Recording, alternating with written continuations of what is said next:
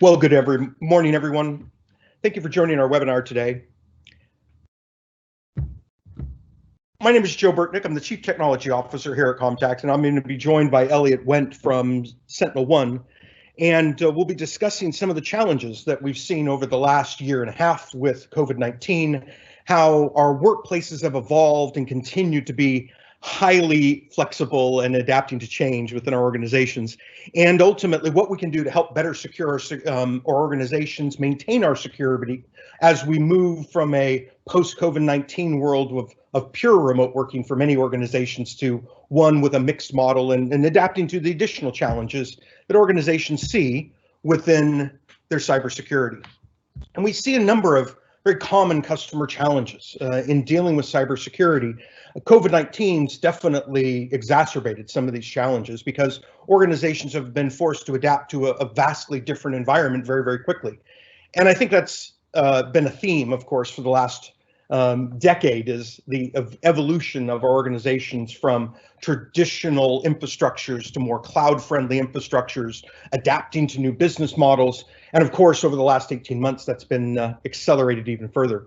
But we see organizations continuing to deal with the challenges of managing cybersecurity in this constantly evolving environment and constantly evolving infrastructure.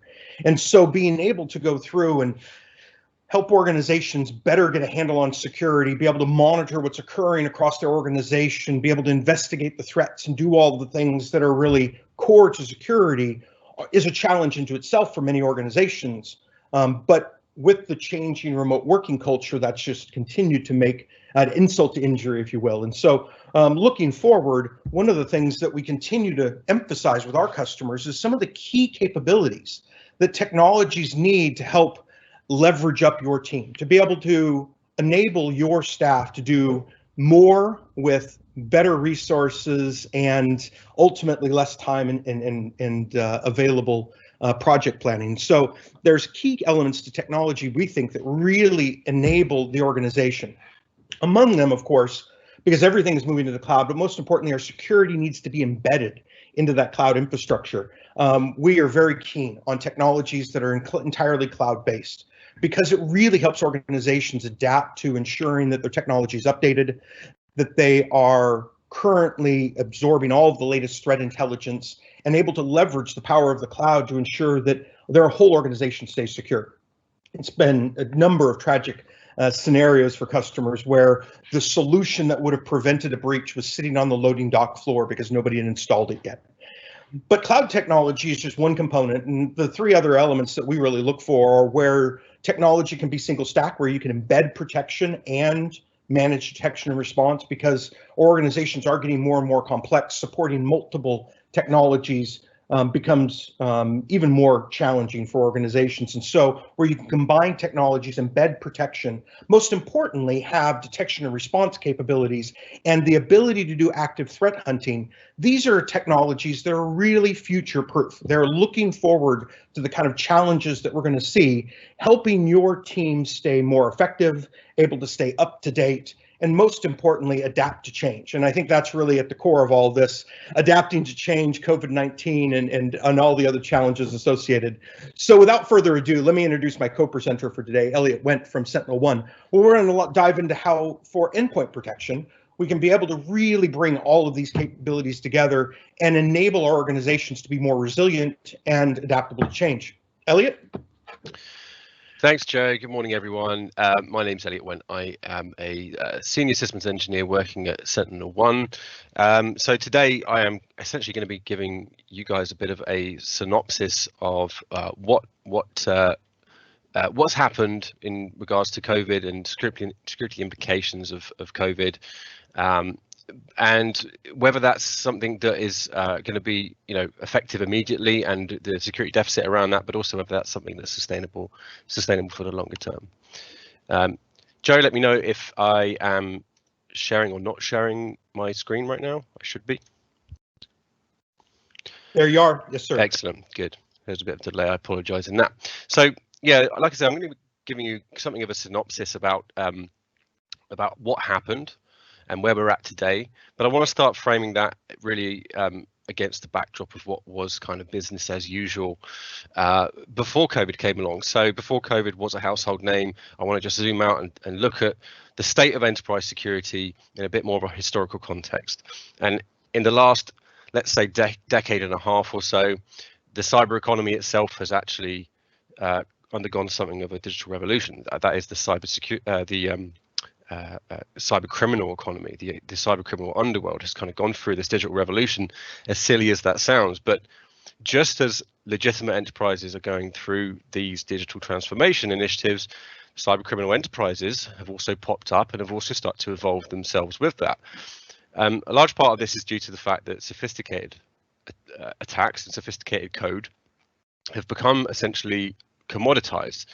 This is largely due to things like code leakage from nation state attacks and just generally the accessibility of malicious code to the masses now. So a lot of criminal enterprises have capitalized on that accessibility of this very sophisticated code. They've basically packaged that, productized that, and are now selling advanced persistent threats and attacks essentially as a pay-to-play service offering. So it's ransomware as a service. How much the dark web economy has evolved organically. And organic, it would probably be one of the great adjectives to describe it, because it's constantly adapting to delivering on its outcome, which is to, obviously monetize security breaches. And so the ability for different groups to specialize in key areas and to be able to target the seams between different products and the lack of response times that are expected out of most customers is really scary. Yeah, I mean, you're right. It's an absolutely organic reaction to, the back and forth that is the cat and mouse game of defenders and the offenders, the cyber criminals, right?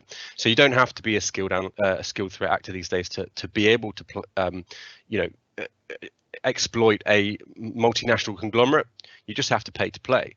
Now, going back 10 or 15 years, we had outlier events like the TK Maxx breach back in, I think it was 2007-ish. And they were sophisticated events, but they were generally, few and far between.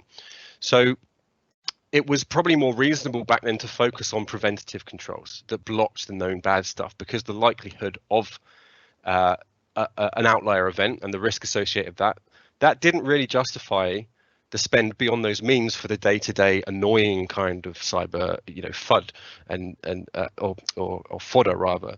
At least from a business case perspective, that wasn't justification. So the mindset was focused on prevention of known bad things like IP addresses, URLs at the firewall, blocking hashes, blocking signatures on the endpoint, or for more proprietary threats, maybe managing some kind of rules-based system. The unknown stuff, the sophisticated threats, they would generally be seen as kind of tail events that you'd get third-party experts to come and do the after-the-fact recovery. So services like Mandiant, who were kind of seen as there are a few organizations that held those expertise, and those were Mandiant, for example, were the service involved with TK Maxx at the time. In other words, it was a very reactive way of looking at threat management that relied almost entirely on this idea of preventing threats, and there was an assumption you could be protected. I am generalizing a lot here, right? But there was a concept of better and more advanced security, but generally it was not seen as an attainable goal for the vast majority of businesses. So those mindsets that were born of that time, they do prevail today, and for good reason. I mean, a lot of the incumbent vendors around those, when those threats were most prevalent, that were commoditized and that you could protect the business from the majority of commoditized threats, they're still around today. Those incumbent vendors are still around, and so there's obviously going to be a marketing element of that rhetoric, but nonetheless they are still staples of a security ecosystem. But there is also no doubt that there's a more widely accepted view that no amount of layered preventative controls will keep out a threat actor who is specifically targeting your business. So we have been seeing, in more recent years, as Joe mentioned, mindsets have changed to something of a more proactive approach, and one that doesn't assume at any point that you are protected and you actively pursue security in the infrastructure rather than just waiting for an alert to ping off. The trouble with this is that we've got the same resource and skills issues that we had back in the day. So we tend to revert to a preventative mindset and this reactive state. But obviously these days, threat actors, like I say, they're criminal enterprises, they're well funded. The lines are very blurred between the petty criminals who are perpetrating the threats and the nation state military grade code that they're using, right? So those preventative technologies, like I say, they should be part of a security strategy. You know, they are bedrocks of security technology, but it is 2021 and we should be approaching the issue in a way that optimizes the human element of security rather than looking at it from purely a technical gap that we're filling, because the technology should be doing far more for us as a human, as you know, the human element of security, than I think the vast majority of businesses are actually using technology for. So that was kind of where we're at before, you know, we headed into 2020 and before anyone really talked about COVID. And, you know, those challenges, like I say, they were addressed, and they were, from a security professional's perspective, trying to be brought up to the business level to make them relevant and implement more of a proactive stance. And there were these kind of organic pressures that the security organization had, like digital transformation, of course, the business trying to push those digital initiatives faster than security could really keep up. And then you had, you know, the evolving threat landscape, so that external factor of that sophistication and kind of pervasive nature of sophisticated threats. You had, you know, compliance and regulation standards that were popping up that still had to be met. You also had, you know, more exposed risk through that digital transformation, with more third parties being brought in and more of your data being held elsewhere, and more of the perimeter dissolving.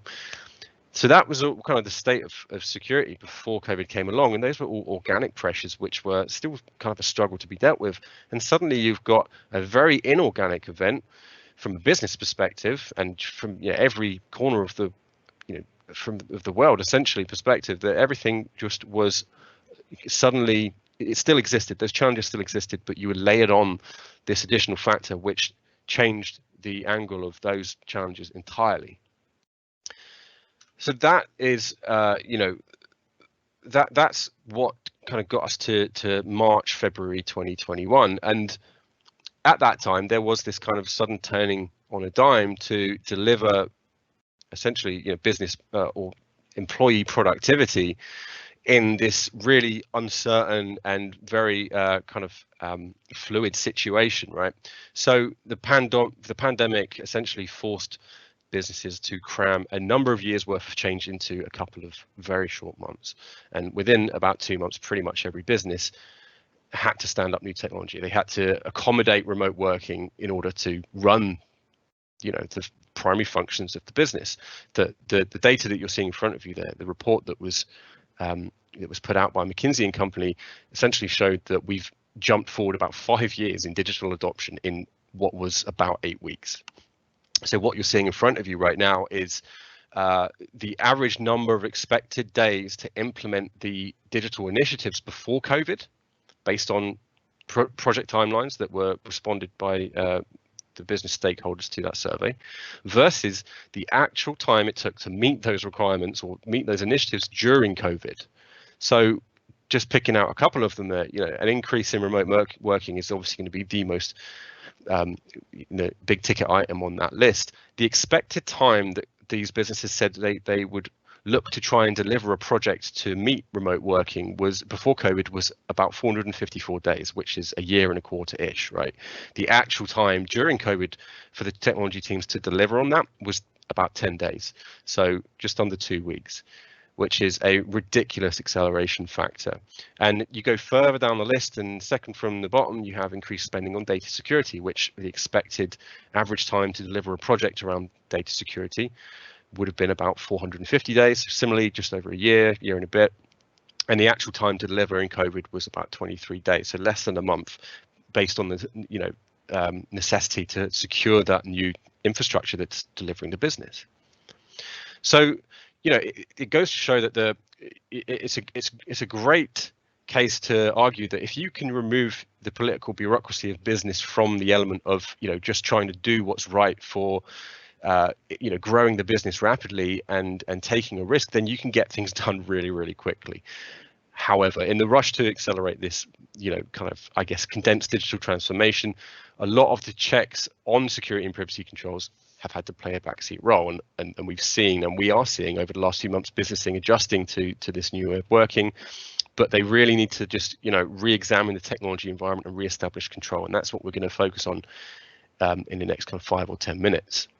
So the question is, is the reactive technology that we've got in place right now suitable, and is it actually going to be in place for the longer term? Is that something we need to figure out? Is this just a stopgap, or is this something that we need to actually start strategizing for? Now, interestingly, the other element that came out of this survey was that a lot of companies apparently are seemingly making these changes with a long-term view in mind, and we can see here that on the right, the data you've got there shows basically that companies are seeing that there's this need to work and interact with customers and run the business remotely. So a lot of these companies have permanently removed a lot of the bottlenecks that existed before existed before COVID. And when a lot of these organizations were asked why they didn't implement them before COVID, they just said that they weren't a business priority. So it's a really interesting kind of business and security, business and technology conversation that's happening right now, where a lot of opportunity is there to set the scene for security and technology overall for the future. So I think that's something that really needs to be considered as an opportunity to take right now. Now, a lot of the so what did that kind of change look like from a security perspective in terms of what new technology was put in place, and what were the security considerations, and what are they for the coming months and years? So initially, the first big ticket item here is always going to be remote conferencing. So I think we see Zoom, we've seen Teams here, their growth, but Zoom's revenue growth increased by like 370%, which is just ridiculous. I think never before has a technology or a product been adopted en masse so much. So remote conferencing is an obvious one. VPN usage also increased massively, so about 160% increase in some countries around the world. It really did become a lifeline, and VPNs existed obviously to some degree in every organization, but never for every employee. So the scale up of VPN usage was huge. Remote desktop access, again, a massive increase. There was a 52% increase in remote desktop tools. The spike that you're seeing here isn't really representative of the risk, because there's an exponential growth in risk as you go from kind of February to May to December of last year when it comes to RDP connections and remote desktops, and brute force attacks rose by 400% in 2 months last year against exposed RDP connections. So the risk associated is far higher than is represented in just the increased usage because of the short time scales to deliver, right? And then you've got cloud, and cloud adoption, was always, a big part of digital transformation, and a lot of those initiatives have been expedited. So a 37% increase in spending on cloud. That was just the early part of last year. So generally the increase overall was about 20%, which is a massive jump from year-on-year growth before that, obviously with COVID being the influencer. So cloud and, using different providers for data and services for your employees jumped up massively, and then BYOD became also an enabling factor for employees. 85% of companies now have said that they're enabled BYOD to some degree. So again, a major increase. So these are just some of the major technological factors which are now in the mix. Either they existed before and they've been scaled up incredibly, or they didn't exist and these projects have had to be completely stood up as a standalone project. So there's no doubt though that these technologies are going to stay, at least to some form or another. The spend will be justified by the business for to facilitate kind of the remote working now, but also the hybrid working model, which is going to be inevitable on the basis that there's still so much uncertainty. And I think 55% of the respondents in the survey said that of the employers said that they would offer remote working, which seems after COVID, which seems quite low. I think given the uncertainty and the culture that is going to be impossible to ignore about flexible working, that's going to be a lot higher than 55% who are going to need to deliver that. So like I say, it's great that we've now kind of expedited digital transformation, but the flip side of this, as we've seen, this fast track has left a huge security deficit. So for want of a better term, we've now got kind of these MacGyvered technology solutions, which have been not bolted together. I think that's probably a little bit of an overstatement, but there is, undeniably a huge security deficit and gaps that need to be addressed. So you've got that dissolved perimeter, right? I mentioned before that, perimeters have been dissolving for a while based on digital transformation and other factors, and again, necessity of growth for businesses that are adopting digital ways of working. So a large portion of the tools that were used for those traditional environments, which are even with those previous initiatives, there still would have been a huge portion of the workforce which was kept in a controlled environment with perimeter controls and visibility of networks. Those are now largely redundant. You've got sweeping access policies which have been granted for users just to do their job, which probably have not been, looked at with a whole lot of diligence. And then you've got like new technology that's being layered on that also needs to be considered for configuration and diligence and hygiene, right?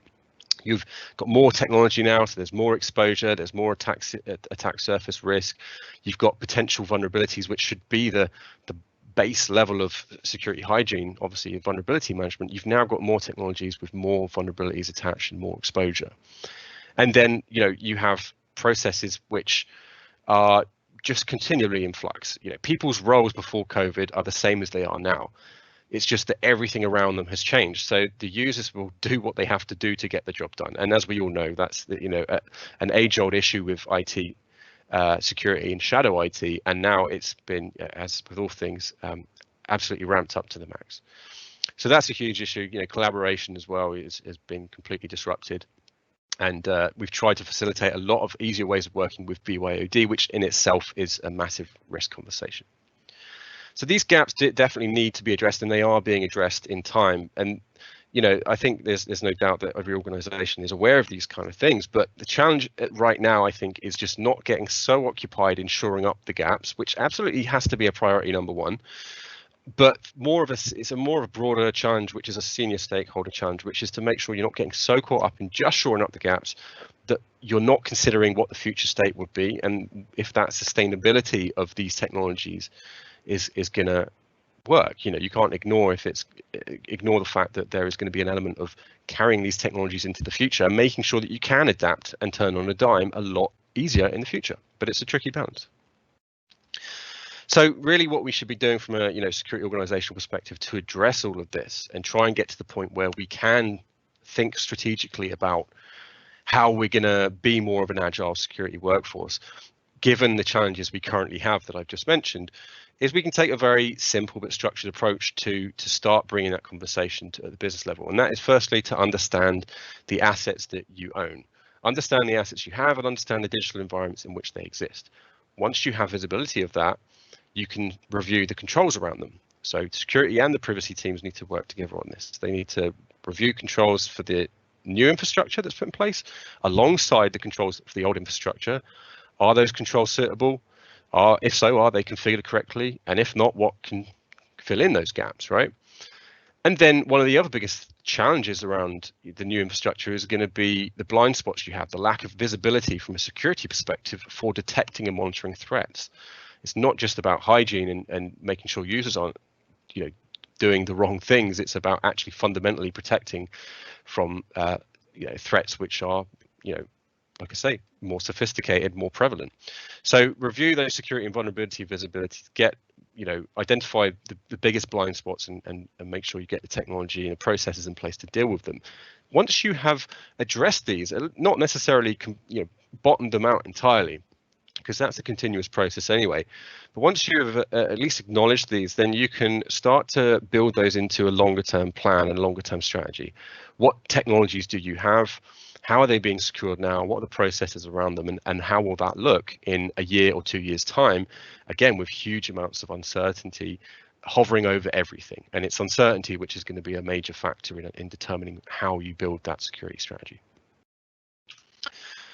And just the final slide on this section, which is really just another kind of proof point that this is, and I apologize, I'm going to try and not say unprecedented times as much as possible here, but with the unprecedented nature of the situation that we have, it's really changing mindsets across every level of the business, and it's an opportunity to capitalize on right now in security, which is traditionally a very hard area to get business buy-in into, right? So proof of this is that in 2017, a survey was done again by McKinsey & Company, where nearly half of executives ranked cost savings as one of the biggest priorities for digital adoption. So they were looking at technology as, cost reduction, and security doesn't really come into that conversation.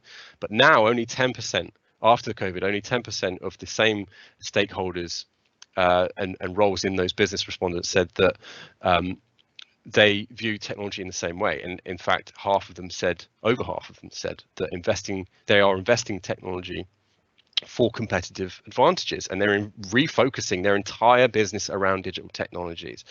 So really, my point being, now is the time to insert into those conversations and really get buy-in from the business when it comes to setting the scene for the future, because we don't get many opportunities like this from a security professional's perspective.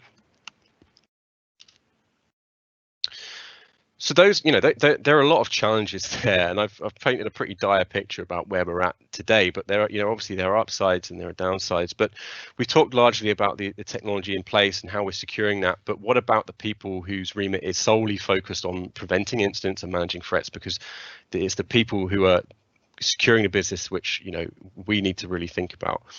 So I'm just going to take a couple of minutes very briefly to talk about the challenges of the security professionals, and if it's a SOC or if it's just a hybrid IT security remit that your internal staff has, or even if it's a third-party service provider who's doing that SOC element for you. There are those old challenges that they're dealing with, but there's also new challenges, and these have to be thought about front and center when you're thinking about security on the whole, because it doesn't matter how much you try and fill in all those gaps, you're always going to have those gaps. And right now, everyone's just trying to fight fires and keep their heads above water from a diligence and a process perspective around the security. So the SOC are going to be one of the major elements, or the security team or the monitoring team is going to be the major element of actually protecting the business, and just having the visibility is going to be fundamental to protecting the business as a whole, because you can tweak technology and you can layer on controls all you want, but at the end of the day you need to have a source of truth, a single source of truth in your business that's going to say we are under attack or we're not. And all of these challenges have just again been elevated for the SOC. So if these security teams were fighting fires before, then they're just entirely engulfed, because there's also these external challenges that they have around not now working in a different cadence in a different manner, but you have so basically when the world undergoes any kind of unprecedented rapid change, if it's a terrorist event, if it's a trend, if it's a pandemic, the cyber criminal underworld thrives. And this goes to Joe's point about that organic adaptation of the threat actors, right? The cyber criminal underworld changes, it thrives, it evolves really quickly, faster than the kind of bureaucratic businesses of the legitimate enterprises can. So in COVID, there was over double the number of cyber attacks reported globally. There was a huge uptick in personal data leakage, which is likely due to a combination of more threats, but also more shadow IT. There was a cultural change, which is kind of a bit of a under the radar issue, but there's a real cultural change when people work from home. How they perceive security diligence changes, so they're more susceptible to fall victim when they're working from home. And the boost in the cyber criminal economy is like I say, kind of brought new and inventive ways of exploiting already vulnerable businesses, and they will not be shy about capitalizing on the vulnerability when a business is already down. So all of these factors are affecting the SOC's or security team's ability to do their job. So we need to think about how we can help them do that. And again, this is a consideration for the future where we have lots of uncertainty and agility that we need to put in place. So the challenge of the security team, I was just trying to find a way, I think, to get Katz into this webinar. So when we think about the challenges from a SOC, and I'm trying to think of an analogy for that, it is like herding cats, and that always has been the case. Even going back 10, 15 years, the SOC was trying to herd cats in the infrastructure.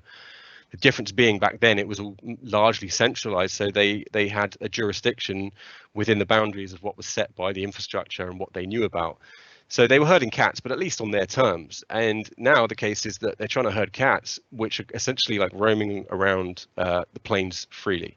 So the challenge for the SOC has exponentially grown so much. So think about the challenge that these guys have on the plains, and how you would fundamentally change what they're doing rather than necessarily trying to herd cats. There has to be a different approach to managing this type of security, because it's not going to go away. You know, we're going to become more decentralized, and it's going to, you know, the way of working is going to become more human, more flexible. So that synopsis of the challenge we currently face, but you know, there is an element of how do we, like I say, set the foundations now to deal with that in the future, because you know, if there's one thing that is certain, it's, like I say, that there's always going to be uncertainty. I don't know who this guy is, I'll be honest, David Spangler. I don't know who he is or what he does, but I found this quote and I thought it was particularly pertinent to what I'm trying to convey here. He says, "We live in two worlds, order and chaos. In the world of order, we plan, reflect, and think about what to do next. In the world of chaos, things happen, we get things done, yet unpredictability persists. In one world, we like to think we're in control. In the other, we mingle together with increasing complexity, conflict, and uncertainty." So in other words here, you know, everything I've mentioned thus far is just proof that, you know, we are living in an increasingly fast-paced digital world. There's uncertainty all the time. There's challenges which we absolutely just cannot address with traditional approaches to technology. So we can't rely on controls that are based on prior knowledge of threats, of events, using things like signatures, rule-based systems, pattern matching, because they're not scalable, they're not adaptive, and they're basically a distraction from the real issue here, which is that as defenders, we're fundamentally on the back foot. So we have to change our approach, and you know, right now is a chance to set that foundation for the agility in technology that is going to support the agile workforce in the future. And right now is the time to, like I say, capitalize on that. So enabling this more flexible working culture is obviously a scary prospect from a security perspective, at least. A lot of the control we could have enforced before with centralized technology, that's slipping away. Humans are going to do what humans do, and they're going to naturally start to work in a more organic cadence that matches their kind of work life. Now, the age-old answer here would have been to over-enforce, right? Really restrict what a user can do, and things like, you know, zero trust. You know, they work for certain elements of security of workforces, but, you know, really clamping down, as we know, doesn't really work very well. It's not very scalable. It doesn't translate to, you know, security particularly well, or user friendliness. So it's not adaptable, and also it's not very low cost from a resource perspective. It actually requires a lot of feeding and watering. So I think we need to approach the security problem and the security strategy problem, which we have to capitalize on right now, more from the perspective of the people that we have and the processes within which they work.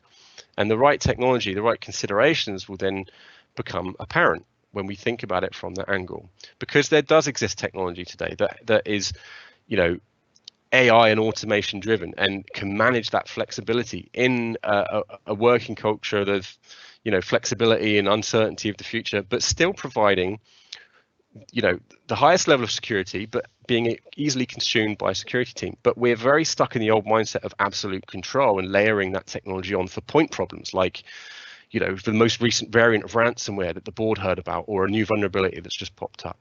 And it's very hard to change those approaches and those fundamentals that are set many years before. It's very hard to change those mindsets. So basically, the upshot of this slide is that we need to lean into, you know, systems that are enable flexibility of a human working kind of behavior, I guess. So, you know, more autonomy for users will drive a freer working style, happier users, and there is a way to do that to be secure and flexible.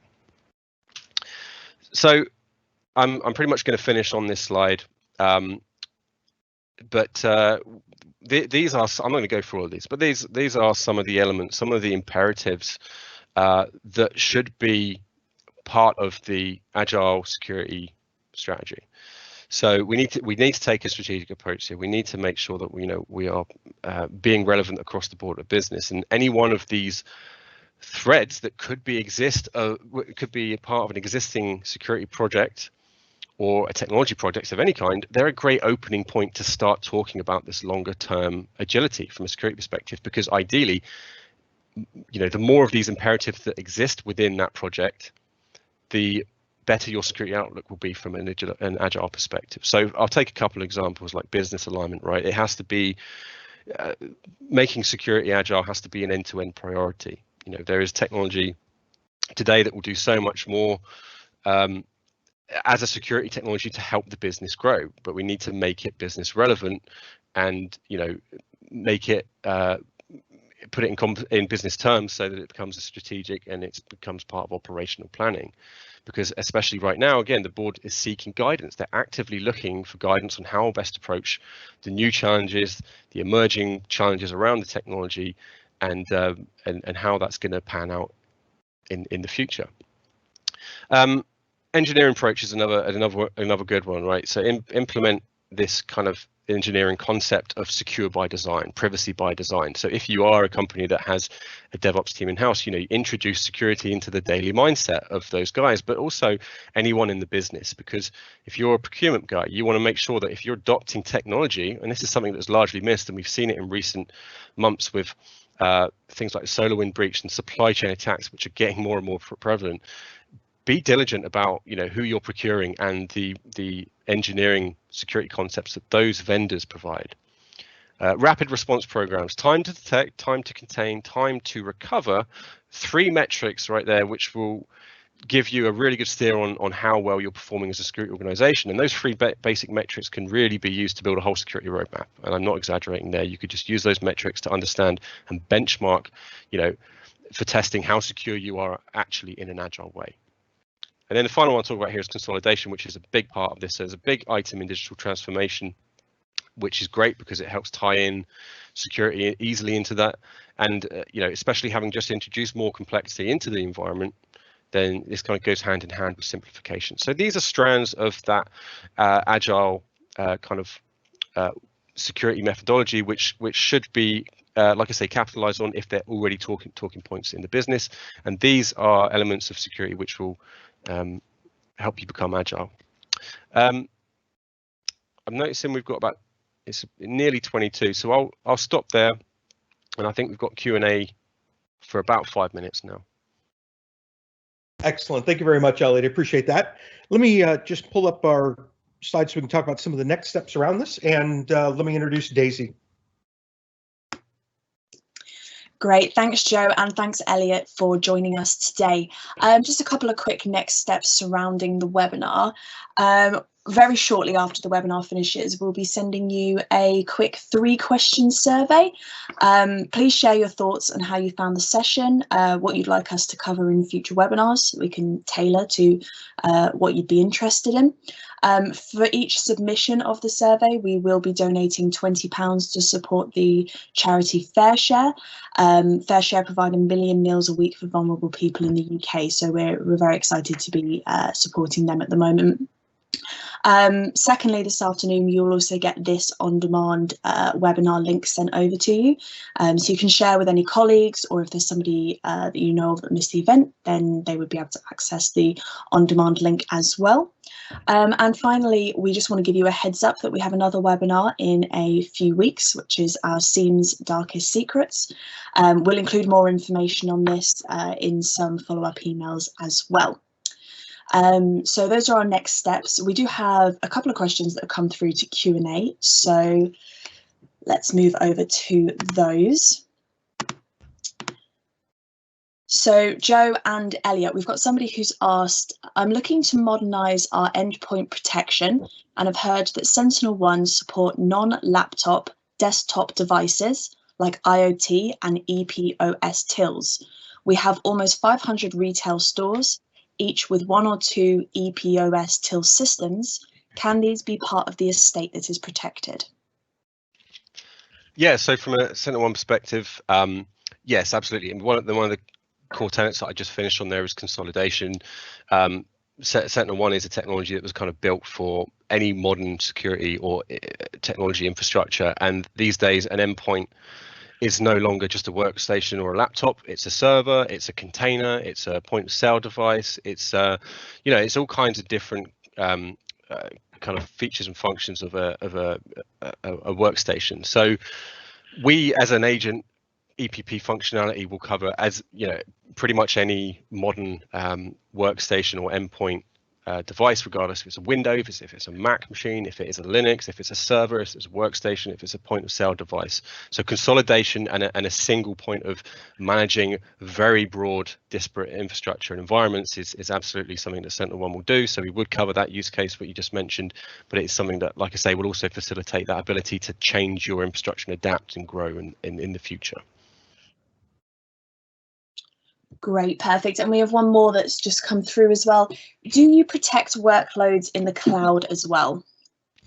Yeah, that ties in nicely with the last question. It's a great little segue because yes, like I say, the ethos behind a endpoint security platform is kind of for a SentinelOne anyway. It should be about having as much at the fingertips of the security practitioners in your organization as possible, and that shouldn't mean them having to go to 3 or 4 or 5 different platforms to manage different environments for different security use cases or different security infrastructure environments. And one of those environments, which we're seeing more and more these days, is containerized cloud workloads. And any cloud workload, virtual machines in the cloud, immutable infrastructure, servers that are spun up and spun down every single day.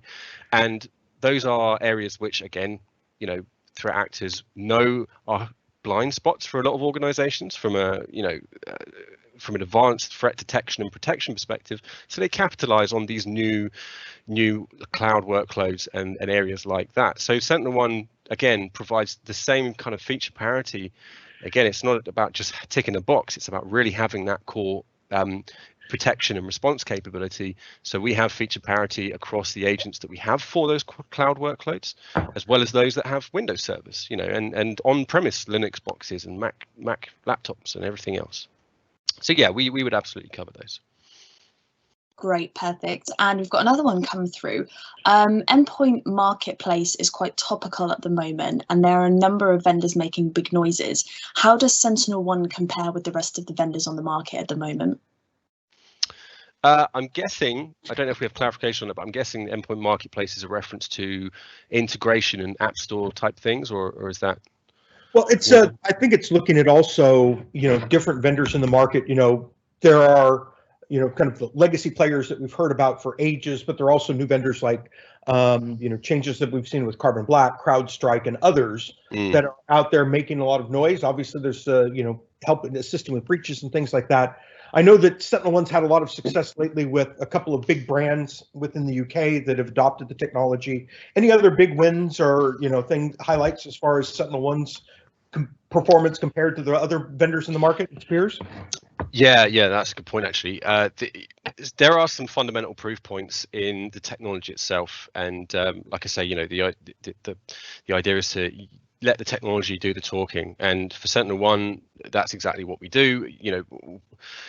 I'm not going to say any technology is worse than ours, because every technology has its pros and its cons. But if you Google, for example, the SolarWinds breach, which is what I mentioned, the most sophisticated attack in cybersecurity history, as termed by industry experts and pundits and agnostic, evangelists alike. So if you look at that SolarWinds breach and you compare organizations that had technologies like CrowdStrike, like Sophos and more traditional, companies like Symantec and everything else in between, a lot of these are incumbent providers that have kind of bolted technology on to address different use cases over the course of decades. And it takes me back to my earlier point around, those traditional approaches and the legacy of the technology development that you have in those. SentinelOne, like I say, was designed from the ground up for traditional, but also modern disparate cases. So with SolarWinds, for example, we are pretty much, with the exception of one other vendor in the endpoint marketplace, we're pretty much the only vendor who could say with 100% certainty, without any updates needed on any endpoint or any input required by a human, you would have been protected from the most sophisticated attack in cybersecurity history, which was SolarWinds, which happened, like I say, emerged in the last few months. So there are proof points out there, and I would just urge you to go and do some research and look at the data and look at the agnostic reports that are generated by the likes of MITRE and MITRE ATT&CK. Well, and also there's a couple of big customers that have pulled on. I mean, obviously the technology thing is kind of our strength, if you will, between you and I, Elliot. But Aston Martin using Sentinel, and not only for their internal organization, but of course for their Formula One team as well. And so organizations that really, invest in security. There's been a number of great brands that have picked up on SentinelOne, and as a provider, a partner, if you will, obviously of SentinelOne, but also somebody that actively gets in front of technology with different, in front of customers. I would say that one of the things we've most been happy with in using SentinelOne is the way that it really enables security teams to explore and understand a threat, protect different threat surfaces, investigate their environment. There's a number of things that SentinelOne are doing that are really kind of leading the market right now, which we're excited to continue to partner with them on. Yeah, you're absolutely right. I mean, it's becoming, it's becoming a household name now. We've got the likes of Aston Martin, and we're on the F1 car, which is great as well. I finally got an excuse to watch Formula One, so that's good. And one last question I see on the Q&A about SentinelOne integration with the SOC service. If you don't mind, I'll jump in on that one just because it's near and dear to my heart, as you know. Now, we've fully integrated SentinelOne into our SOC offering, Cyber Defense Center, which is based on Azure Sentinel. But of course, integrating into other SOC solutions is very straightforward. SentinelOne provides the ability, of course, to generate and share alert data. There's a rich API infrastructure that we've used to be able to enable a SOC analyst to not only see the alert from SentinelOne, but to be able to pivot in and actually pull data from SentinelOne through data enrichment automation, as well as being able to be a tool set into itself. So when you do pivot over and you're doing deep threat investigation on the endpoint, works really well for integration with the SOC. So very straightforward, ticks a number of boxes. And I would say, big highlight is the APIs for doing more than just collating alerts and having rich data.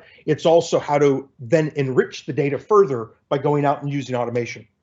Yeah, and one final point on that question around integration is, we do, and as you said, we have a very exposed API. We're one of the most functional, capable, automated agents that you can have on an endpoint, and so we expose everything via the API that you'd want to do it in the console or on the agent. You can do that using other technologies. But the great thing about that is that with all the historical integrations we have and the scripts we have for those, we're essentially bundling them into applications which will be available on our new app store, which is the Singularity Marketplace, as we're calling it. And that's what I thought the question was about earlier.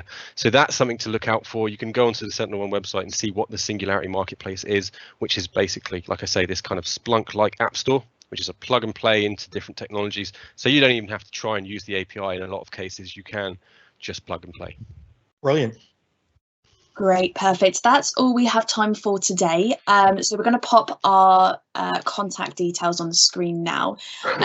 If you have any more questions that we didn't have time to answer in the Q&A section, then please get in contact with us after the event.